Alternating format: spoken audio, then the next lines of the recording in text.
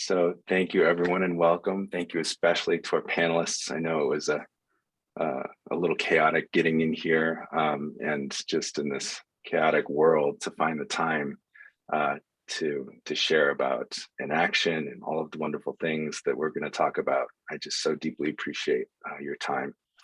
And we'll let Roshi do a more thorough introduction of each person, but I just wanted to also thank the attendees. Right now we have 396, but over 2,000 registered. So some will join us during the program, some will watch after, but this program has been freely offered. And we just thank you so much for your generosity and being able to offer this program freely.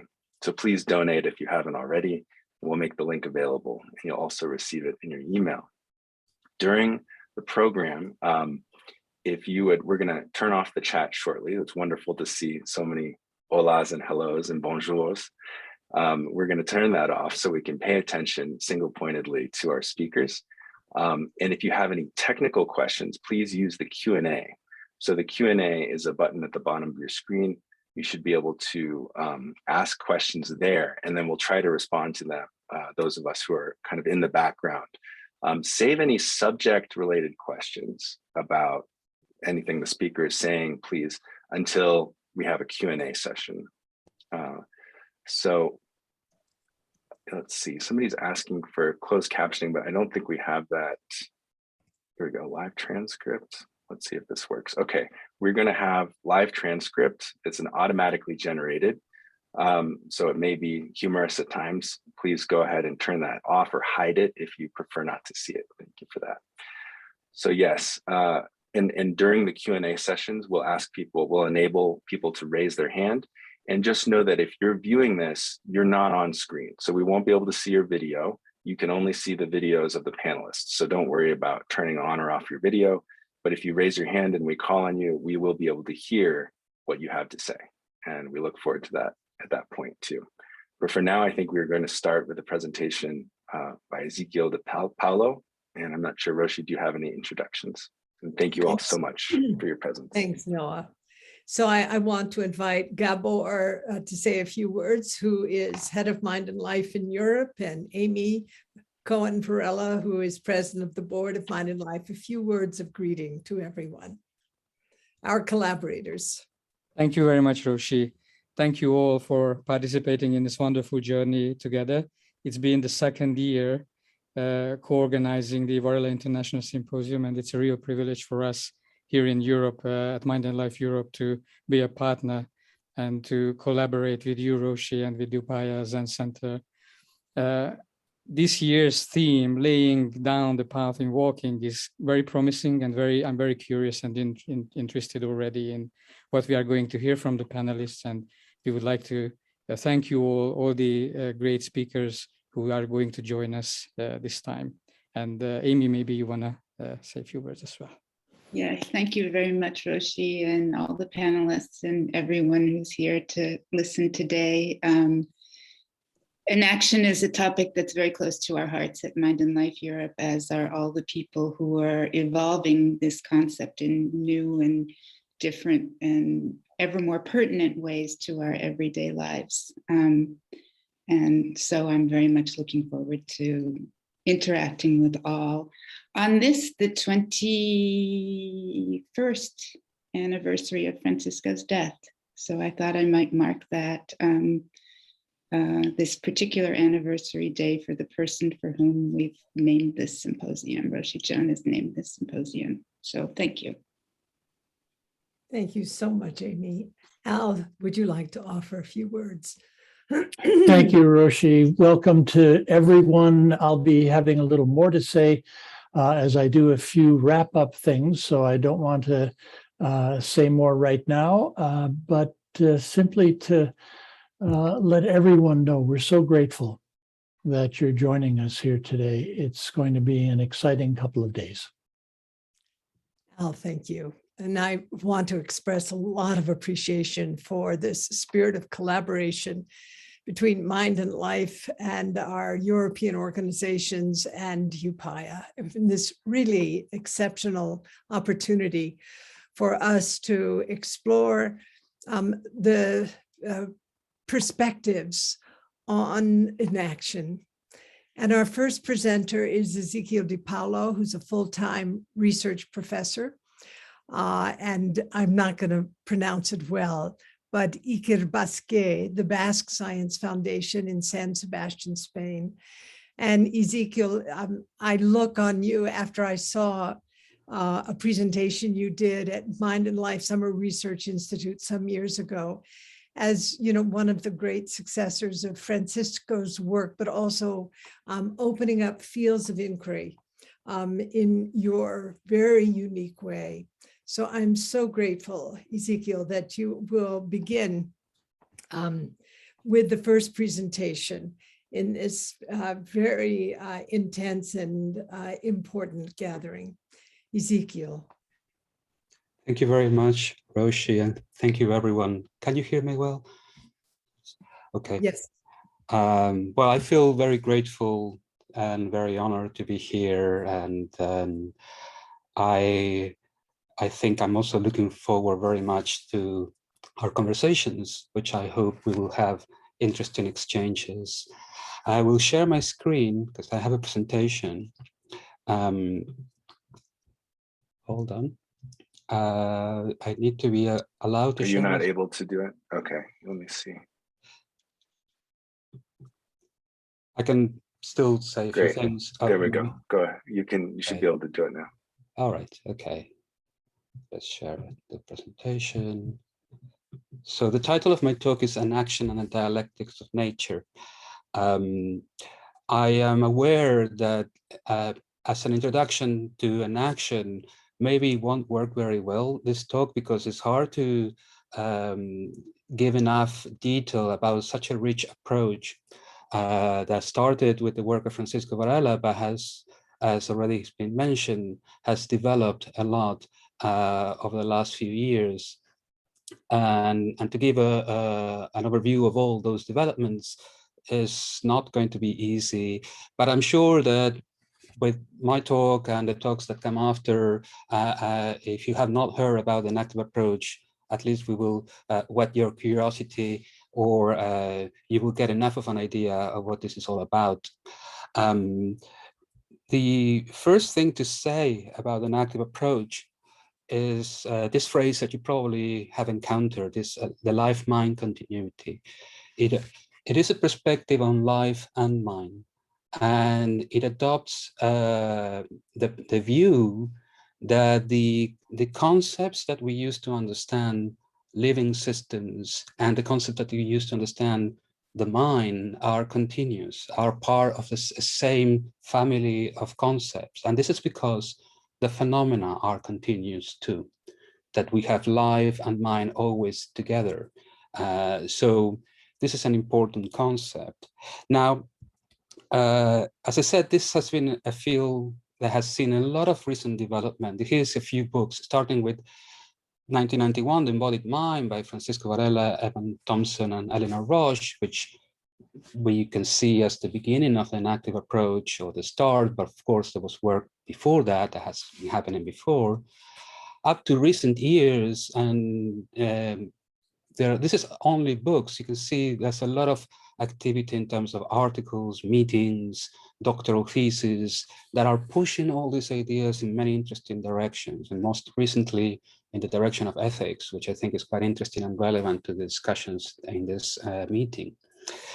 So I believe that the inactive perspective is particularly seen as useful by people who work in the humanities, the social sciences, and fields of practice, such as therapy or the arts, because it provides an alternative metaphor to who we are, to what our mind is like, than the traditional metaphor, which tends to see the mind as the activity of the brain and the brain as a computer processing information. This perspective, an active approach, rejects this sort of reduction of the idea of the mind as what the brain does. And at the same time, there is a rejection of this idea that we are isolated entities that only later come together once we establish relations with others. but rather we are from the very beginning involved in interactions, in relations with others. We participate in a world that is already active with life and mind. Another way to put this is to say that we are always already embodied biological, sensory, motor, and social beings. And that what we do is to engage in what we might call an adventure, the adventure of making ourselves and our world together with others, and together with our surroundings, with our material environment. And this is one way in which we can interpret that wonderful metaphor, that wonderful slogan of laying down a path in walking, which we've seen earlier. As opposed to being confronted in a detached manner to a pre-given world, we are part of it, and we are part of it by, the world will be the path, by constructing it, by building it. But we're not building it out of nothing. We're building it with what's out there, with what others are doing too. So this metaphor, will leave traces, and eventually these traces form paths. It has certain implications that I want to underline.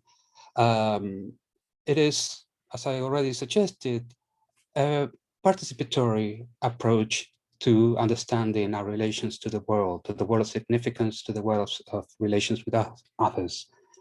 It's also a community. It's hard to think of laying down a path just on your own.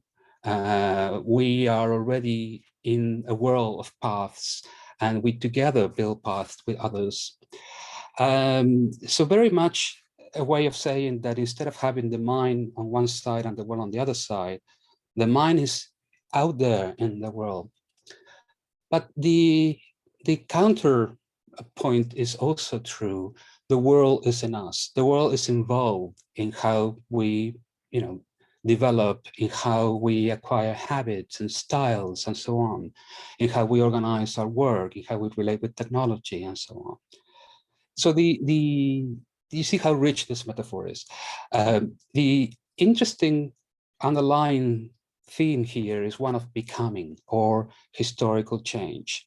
We're always in some sort of change and transformation. To be a mind is to be becoming. So I think some of these ideas will become clearer as I move along the talk.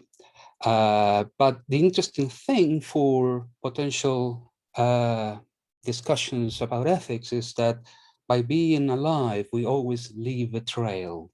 We can't just be in the world and not change something of the world. This is an important point. So all these big, lofty statements, of course, they need to be translated into the idioms of science or the idioms of philosophy or practice. And I'm not going to give you all that in this talk, but just to tell you that this is being done. There are theories of perception, of action, of habit formations. There are applications in medicine to addiction, to placebo effects, and so on and so forth, to therapy, psychotherapy, and blah, blah, blah. There's a lot of that being done, but I'm not going to give you the examples here because I want to talk about what is it that we're asking and how is it that we're approaching these big questions.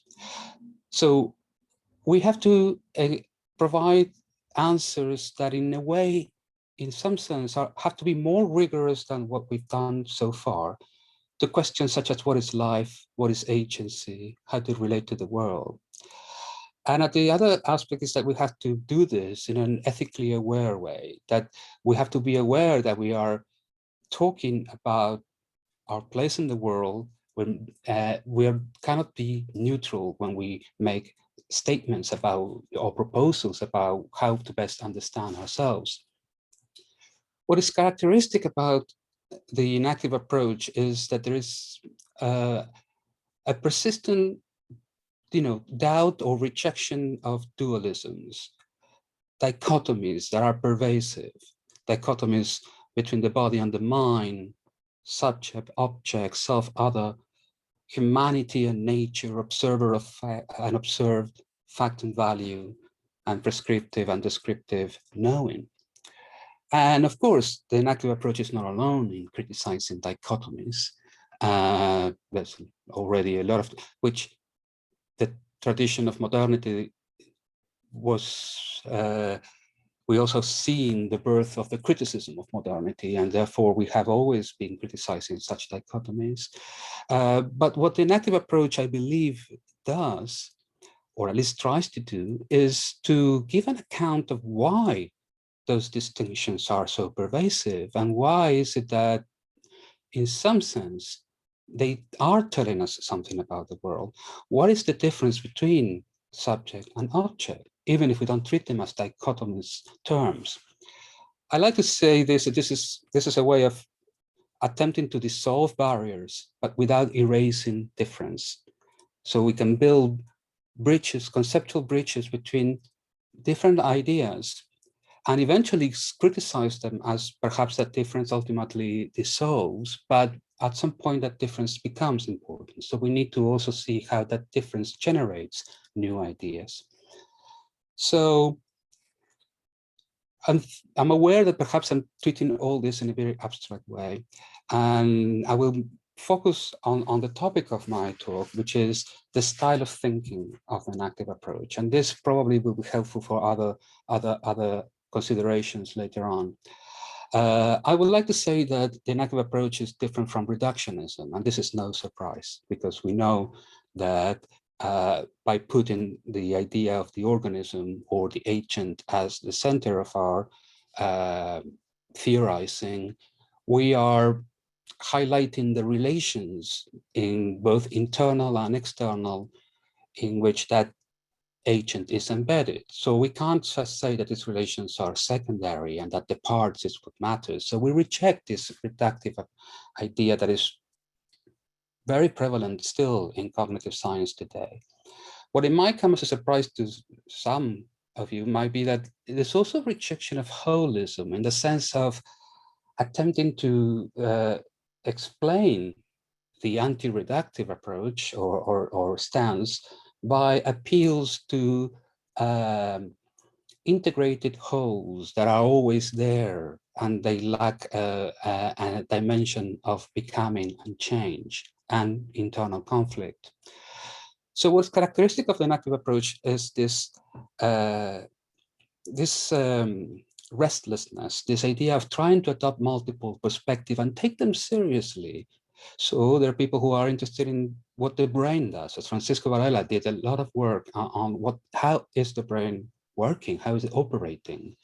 But then we're interested also in what a personal experience, how is it constituted, and how is a world of relations constituted. So we seem to be always shifting these perspectives. And this leads us to realize that there are very complex circularities between these processes, between biology, between the neurobiology and gestures, between gestures and relations with others, between relations with others and how the shared practices of our society, and so on and so forth.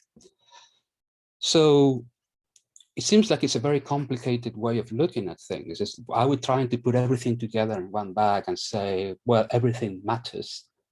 Well, in a way, everything does matter. And this is why the enactive approach is nourished by many different disciplines, from phenomenology, dynamical systems theory, organizational approaches in biology, mindfulness traditions, embodied cognition, and so on.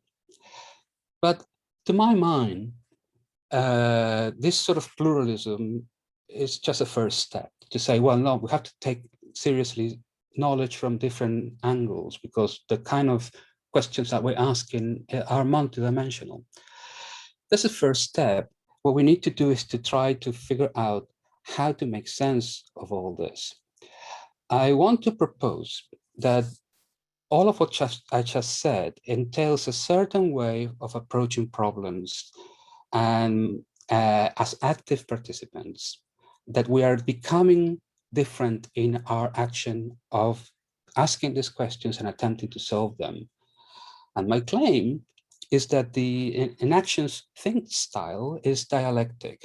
I like this word think style. It's adopted by a translation of Denkstil, which was coined by Ludwig Fleck, who was a philosopher of science.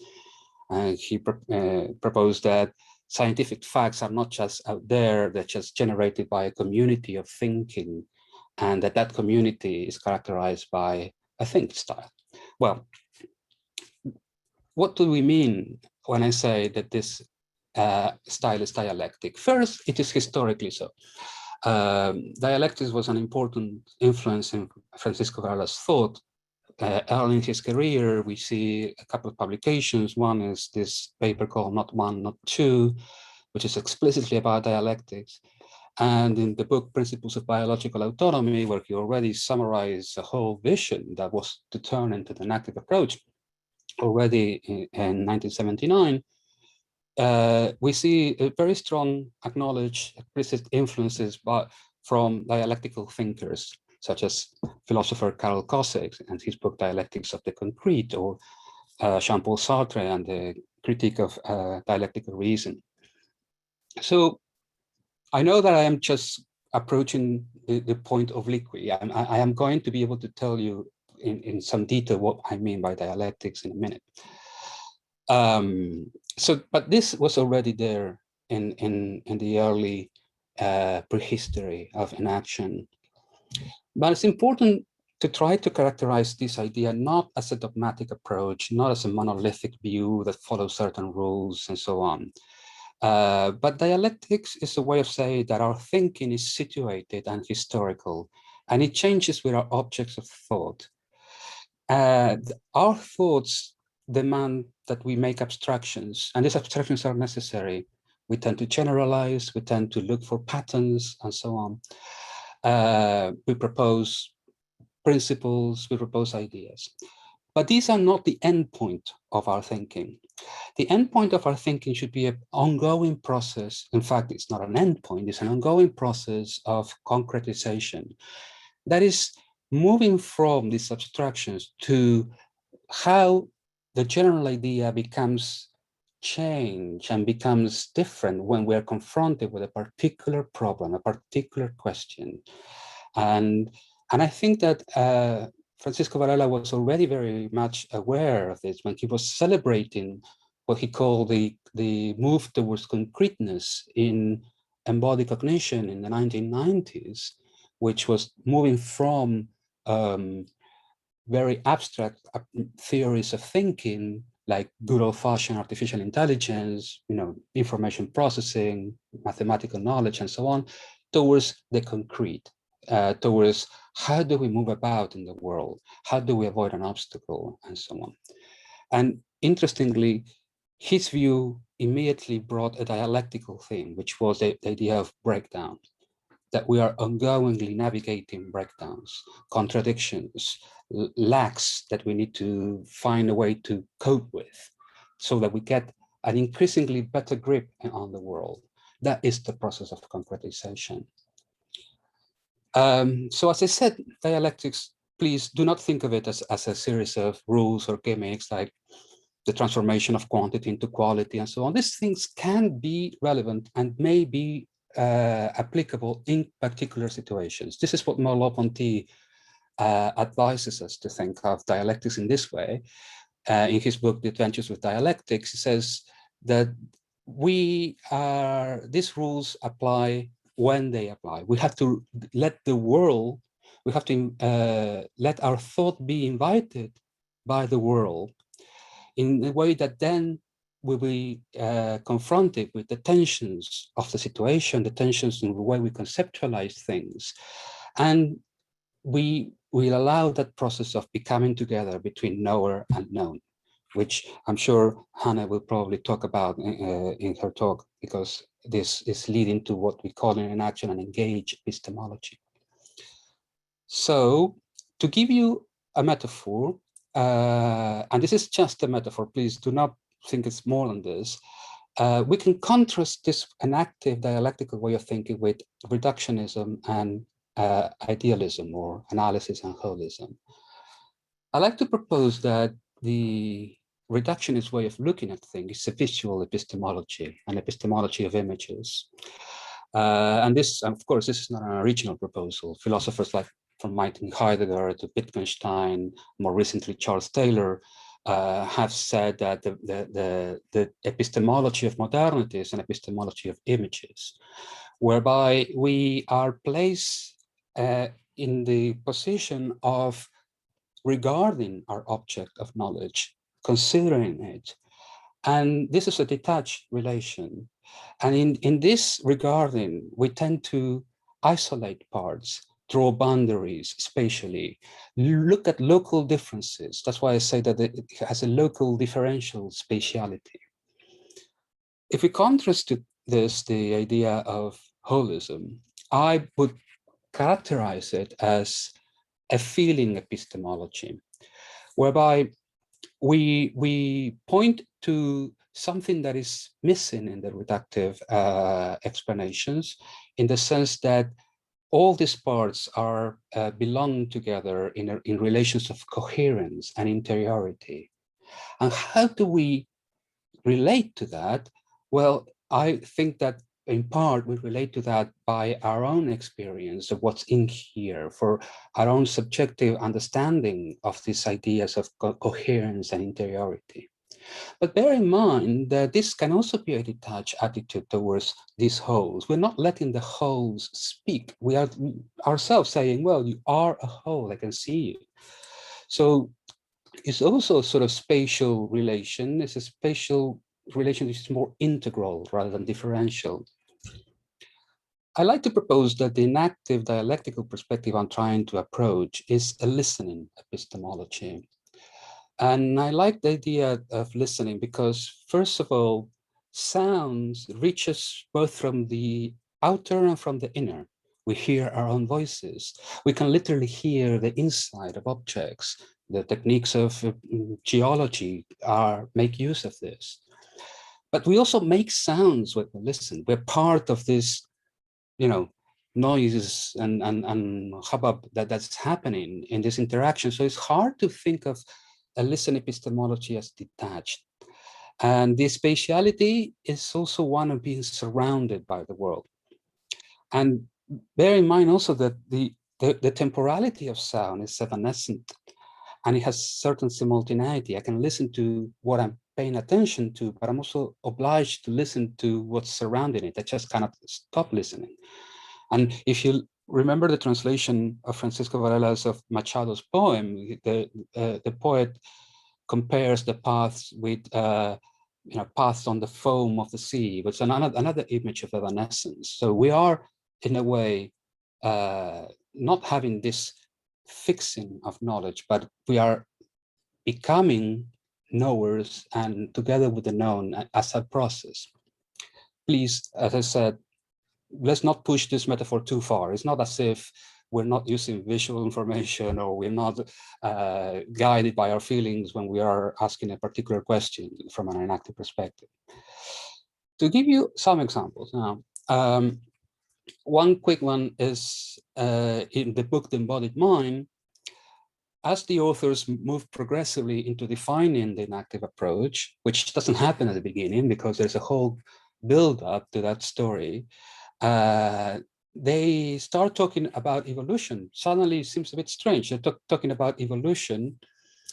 And my interpretation of this is that they look in particular at the criticism that Richard Lewontin makes of the adaptationist program in evolutionary biology, whereby the organism is always seen as a problem solver that needs to adapt to the environmental changes or the difficulties of the environment.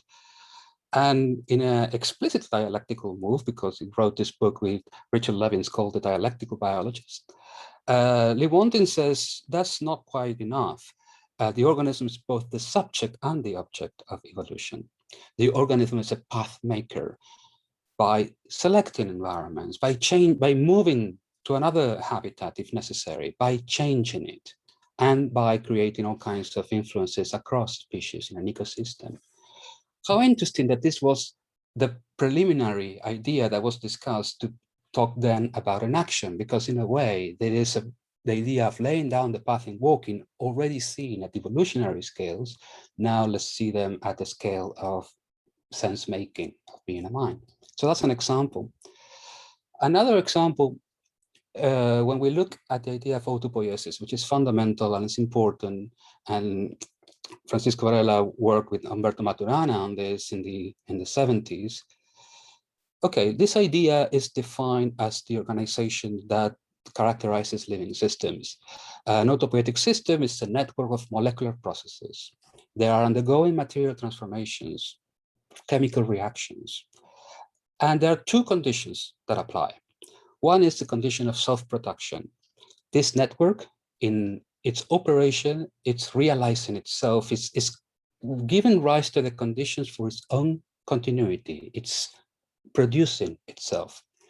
The other condition is the condition of self-distinction. The system, this network is in a way extruding itself from its surrounding, making itself distinct, for instance, in a living cell by building a membrane. Now, you might think, okay, what's this? It's interesting, but if you look at this definition, you might want to ask, what's the connection between these two requirements, self-production and self-distinction? Does one imply the other? Well, they wouldn't put them both of them, right? Are they totally independent? Well, the original literature does not say, but I want to propose that they are related dialectically. So with this icon, we see the typical representation of an autopoietic system. It's a little loop that is producing itself like a circle with an arrow that points to itself in relation to its environment. And now I want to ask, let's consider these two requirements, self-production and self-distinction, separately for a moment. If you were to say self-production is making yourself out of your surroundings, using nourishment, energy to continue to make yourself, what would be the ideal relation to your environment? Well, I say that the ideal relation would be one in which every material flow contributes to your autopoiesis and no material flow is negative. That would be a relation of total openness to the world, because you can make use of absolutely every interaction with the world to continue to make yourself. This is actually impossible. Life is not like this, but that's another point. I'm going to come to the point in a minute. Now, the other requirement of self-distinction, what would be the way in which you must ideally realize that protection from change from the outside world, so that you can continue to be different from it? Well, it would be to build up a wall around yourself, a sort of nothing can change me because effectively nothing can affect me. So do you see that if you ask for the ideal situation for each one of these requirements, each of them points in the direction that nullifies the other. One is total openness, that means no self-distinction. The other is a total enclosure. There is no way to gather any energy or materials to continue to nourish myself. So they are, in that sense, their tendencies are opposing. And this is an interesting thing. They are related internally. So this is an example of the first move of a dialectical way of looking at things. Let's look at the contradictions. Let's analyze them and explain them, because they may lie hidden. The next move is to say, how do we move from here? What happens next? Well, I propose that there is a way of bringing these two contradictions into a different situation. I won't say resolve the contradictions, but changing them. And this is an active concept of agency or sense making, which is self-production happens, but there is an adaptive selection of in which way we open to the environment, for instance, when we want energy or material, and in which ways we close to the environment, for instance, to avoid, something that's very hot and could burn us. So there is a regulation happening over time.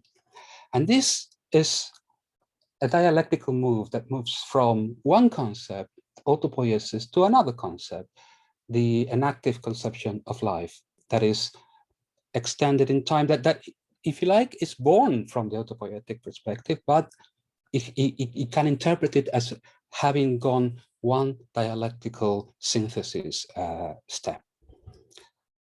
So that's another example.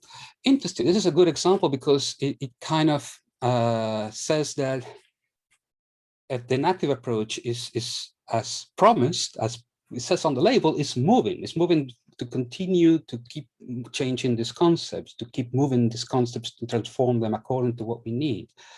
And that's in a way what I'm trying to say, that this is the style of thinking. We use technical concepts such as agency, adaptivity, sense making that I'm not defining here, but they're there to try to make this movement also very rigorous. But what this points is to something that was in a way implicit in the autopoietic approach, but not quite out there, which is the primordial restlessness of all life. Life is always restless because it has to cope with that tension, the primordial tension of being open to the world and being close to the world at the same, not at the same time, but in time, changing all these relations. And Hans Jonas, who inspired later developments in the enactive approach very closely, put it in these terms. He said that life bears a dialectical relation of needful freedom towards its world, towards the environment.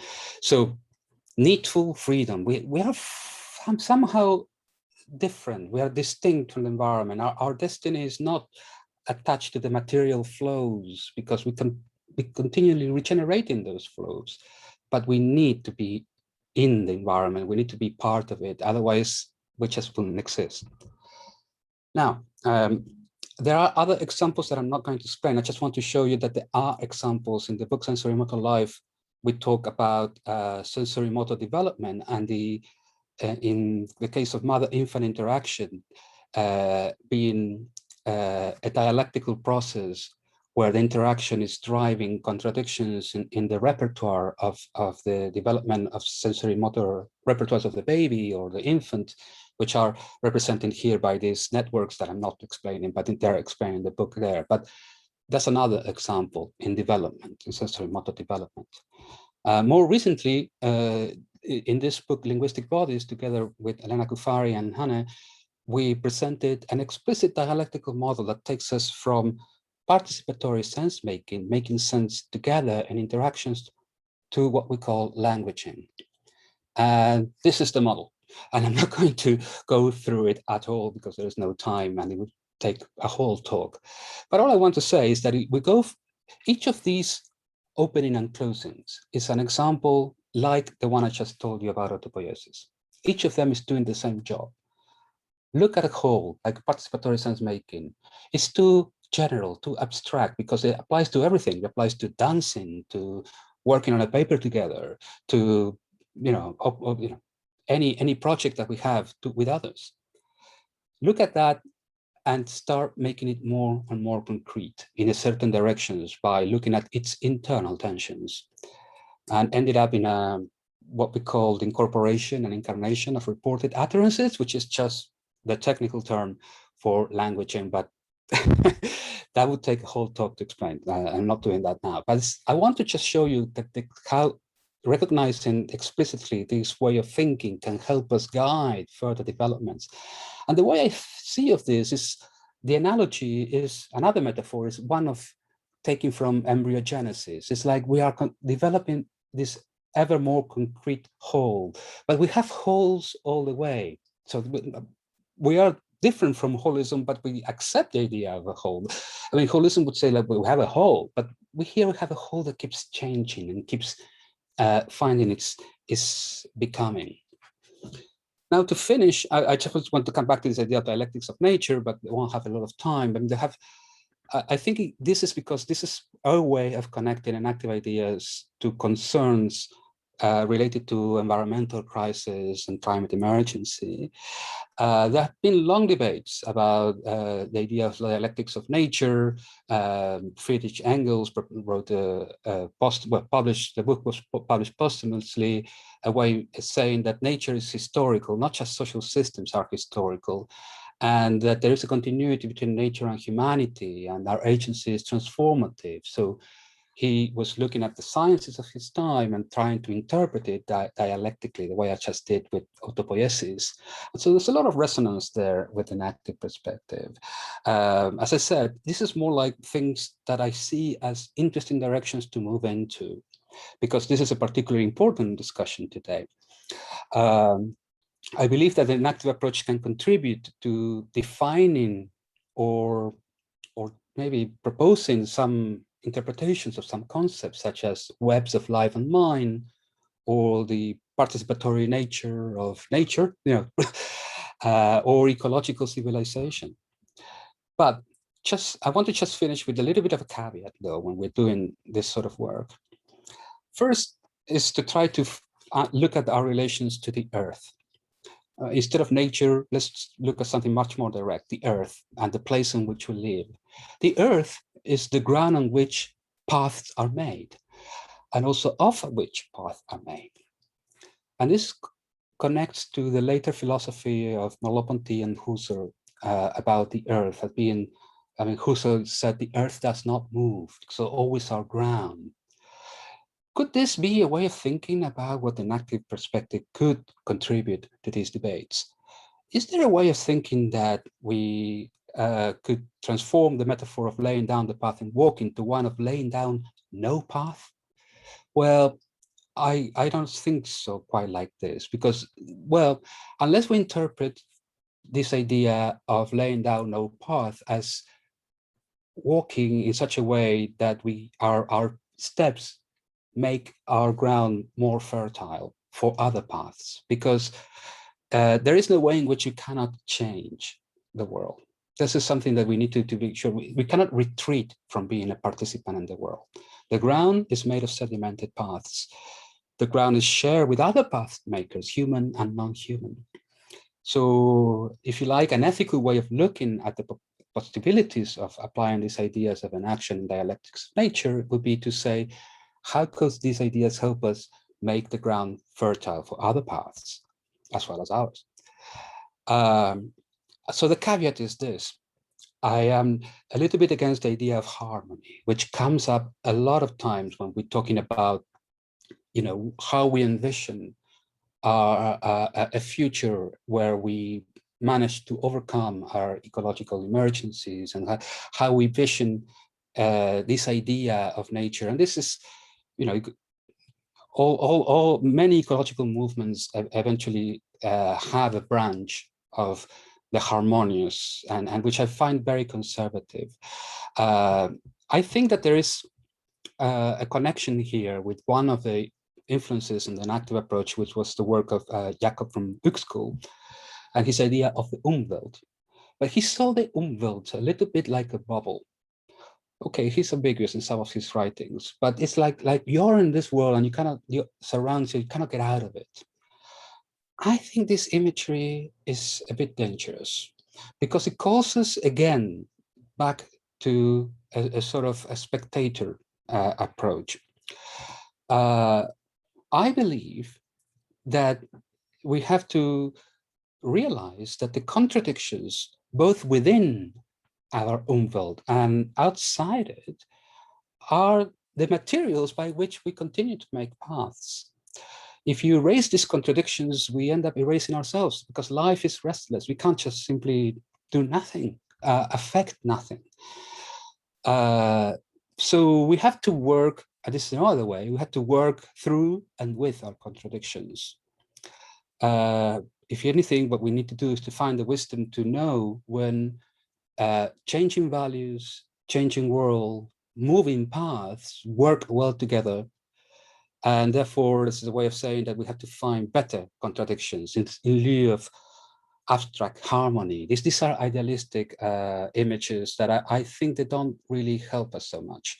And I think this is just, of course, my opinion, but it doesn't help us so much to pine for a relation to nature that maybe we never had in our history, but rather to see that we are where we are now, and we have to start from where we are to start changing things in such a way that we find better workable contradictions, more fertile ways of making paths.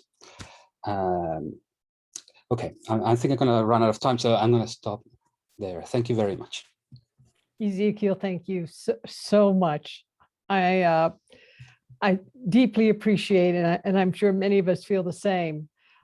You introducing this notion of restlessness. Amy, I'd like to invite you to reflect.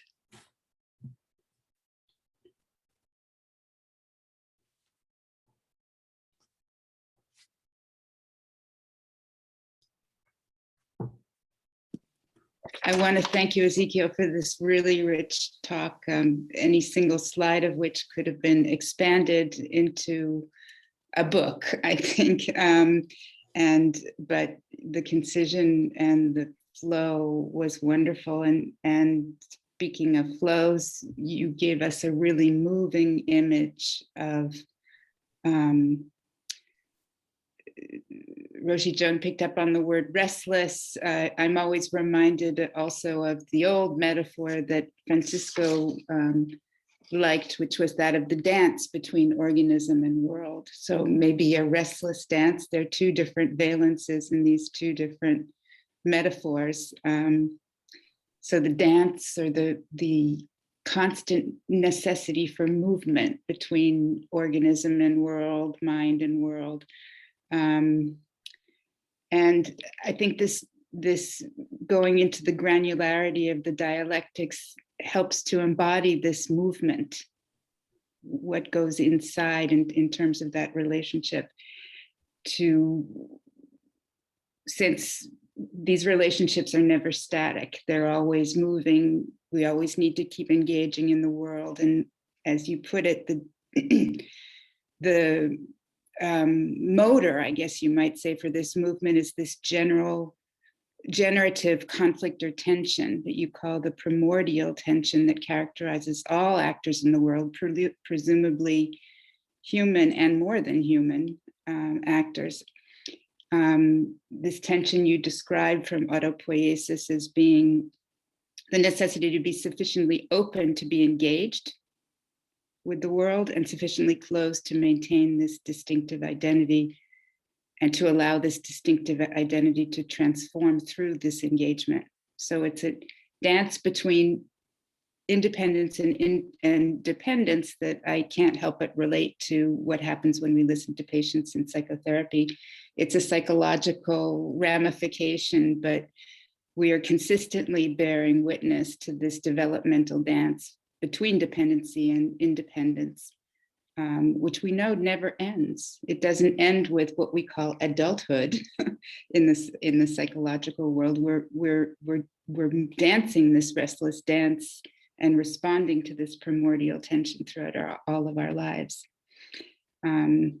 So listening to you, I wanted to just ask a question that's maybe a little precise, but it was just a question that came to my mind. And speaking of our relationship with the earth, you spoke about crises of care, which I think is a really beautiful and terrifying term. And you mentioned pandemics, you mentioned climate change. So the question has to do with, which I'm presuming from your talk, come from breakdowns in sense making. And when something happens and this dialogical or dialectical process stops working and can't presumably get restarted somehow, when the partners stop dancing, or perhaps even when we are static, when we're, I'm thinking dead. Yeah. So I wondered if you could just elaborate for a little bit for us on this notion of care and crisis of care and sense making. Yes, thank you. It's true. I wanted to say something more about that, but I thought I was running out of time, and then I rushed through it. First of all, the idea of sense making, the technical idea of sense making, is a way you can always paraphrase it as an organism has an attitude of non-indifference to the world, to what happens. To make sense is to actively engage in transformations or regulations that emanate from an attitude that things matter to this organism, not just to me, the observer. So there is a very deep connection with sense-making and caring. To care about something is the fundamental aspect of everything that is mindful, I would say. Now, the crisis of care that I think it's a way of trying to characterize not that we just don't care anymore, but that something has happened, some sort of disconnect has happened in recent years and recent decades, maybe, between the world that is given to us as individuals, the world of everyday life, and the implications of the things that we don't look at, the sort of the kind of life that we lead, the technology we relate to, the social organizations that we accept as given and fine. All of those things, unless you get into studying specific problems and you start realizing how they all connect and say like, well, but you cannot really resolve this ecological crisis unless we rethink our economies, or we cannot solve these mental health issues unless we also don't look at how everyday life has all these characteristics that are putting stress on people. So the more you go into these details, the more you care about them, the more you see them. But the crisis of care is that, why is that so hard to see for everyone? But why is it that it's not an obvious thing that stands out immediately? Like, because it's not that it is technical and difficult knowledge, is that we don't somehow, and everybody will have their own answers to these questions, but somehow we don't see, because maybe we are, we become, we learn a certain habit of not seeing. And not seeing is essentially to reduce or tunnel our sense-making. When this is happening at the massive scale that we've seen over the last few years, that's what I call the crisis of care. We just simply care about what's there in front of us immediately, concerning my own individual life, and so on and so forth.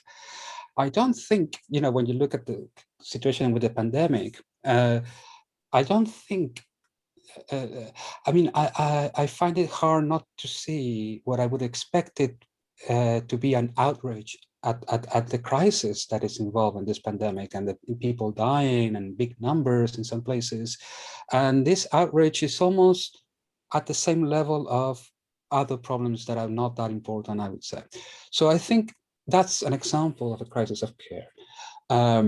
It is not that we stop being sense makers, that our sense making have been funneled into, if you like, a narrow dimension of caring.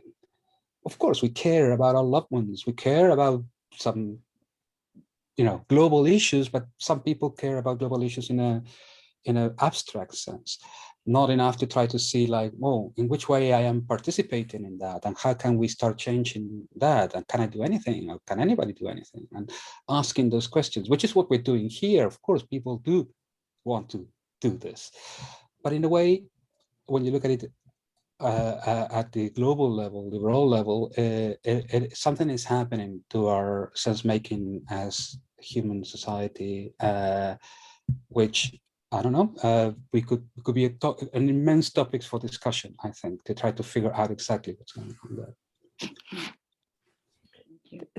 Thank you, Ezequiel. That was very, very important, particularly in relation to the scale of difficulty that is being perceived or not being acknowledged. Yeah. Amy? Do we have questions, Roshi, or do we not? I think what I'd like to do is for us to take questions right now from our panelists, from our core faculty, and then open up to everyone else. Well, just one more word. Thank you very much, Ezequiel. I was thinking as you were speaking that the enactive approach is more like a way of life than a theory, a scientific theory. Yeah. Yes. I think it feels like that if you're working, 24/7. So yes, it is. I think probably maybe we'll hear more from Hannah as well, because we have lots of conversations along these lines too about whether it's a whole way of life as such. As I agree with that. Thank you. Richie, would you like to take a moment to reflect? I first really want to express my appreciation for a beautiful presentation. And I mean, these days, to be just sort of brutally honest, I think the issue of that you talked about at the end of the crisis of care and this narrow dimension of caring, and how can I do anything, or how can anybody do anything? I think that there is a pervasive sense of helplessness in the face of the enormity of the challenges that face us. That's one thing. And the second is that the kind of people, with all due respect, that come to a symposium like this are people who are already converted in some way. They already appreciate the possibility of transformation. Mm-hmm. And this is an issue that I'll speak to later. And I think that we need to figure out the answers to these questions, because the very future of humanity is at stake. And so I think that this is really an urgent issue. And I think I'm curious to hear what your thoughts, Ezequiel, are about this issue, and how can we widen this aperture, if you will, because that's, I think, absolutely necessary at this moment in history. Yes, Thanks, Richie. I agree with that. It's hard to condense opinions and ideas into a single clear answer to that question. So, as you said, doing what we're doing here, I believe, is important and necessary, because we can. You're right. Maybe we are already very much aware that something needs to be done, something needs to change, but we still have to listen to each other about what might be the different possibilities and the different options. And I don't think, obviously, that coming together and agreeing on a worldview or a perspective in itself does much in terms of changing in practice on the ground the way we do things, or the way we communities do things. But it is something. I think that in practical terms, I think that certain ways of looking at things, and I believe the enactive approach is one way of looking at things, need to be propagated into practices, into connections with practices. To my ongoing surprise, whenever I connect to somebody working on a particular practice, a physiotherapist or something, I realize they are already much more inactive than I am. They're already much more directly connected to these ideas of embodiment, situated, and so on. But interestingly, when I talk to them, many cases, their intellectual way of approaching what they're doing tends to be very dualistic, it's almost like they're doing the embedded, laying down the path in walking, but when they reflect on it, they use the concepts that are very prevalent out there that separate mind and body, subject and object in this way. So I think that changing that culture for some reason hasn't happened, even though it is the natural way in which activities and practices are done. So perhaps it's up to people like the conversations that we're having here to try to contribute to say, why is this culture not changing?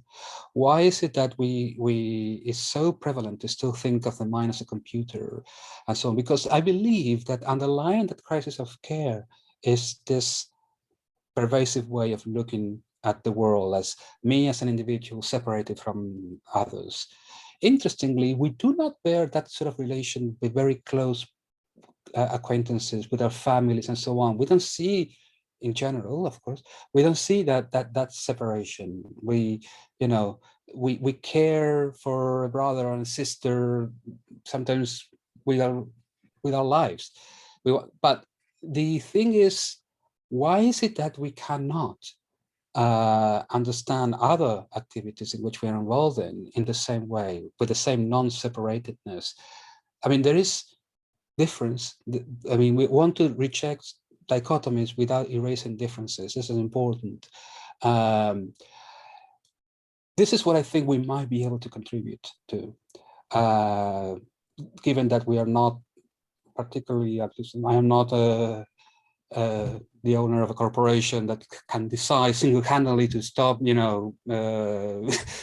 certain practices. I cannot just do that. So at the political level, there still has to be something else that has to happen beyond the conceptual. But I'm sure that this conversation, at the very least, we should be able to resolve the conceptual problems. So I want to thank Ezequiel so much for setting the field, and in this very unique opportunity. Well, I think, thank you, Noah. My microphone. For this really rare opportunity for us to explore the enactive perspective